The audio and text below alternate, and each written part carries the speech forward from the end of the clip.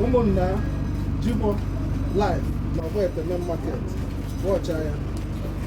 Jigbo. Maka ndị na-amara ihe a na-akpọ Jigbo. Jigbo bụ abacha. Abacha. Anyị mezila abacha ka ọ dụrụ gị isi. Otu esi eri Indomie. Just ibule na carton. Ya bụ one of the carton.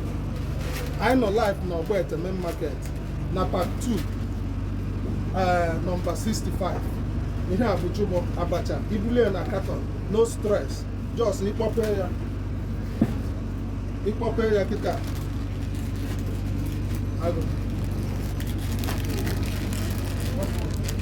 Enwero magic, ọ bụrụ nke ndị China lụrụ. Ihe anyị nwa lụrụ live and direct. Ịkpọpe ya, ifuli ya, ihe a bụ abacha.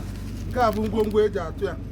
Azụ dị na ya, crayfish dị na ya, maggi dị na ya, everything eji atụ ya, nnu dị na ihe a. Just ịkpọpe ya, ịgwọ abacha.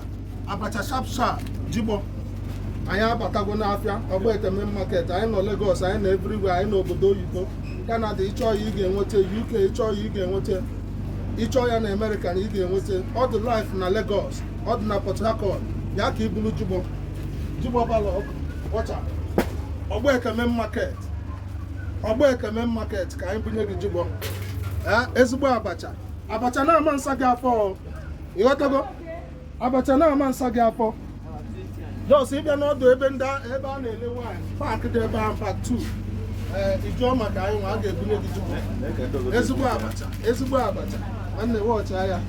Ihe a abụrụkwa fake o, ọ bụrụkwa Chinese made. Ihe a bụ authentic. Enugu state made, direct, well packaged. Agwụnụ bụrụ ndị na-ebu nke ha. Abịa na-aga. Ngwa nwanne kọtụ ha.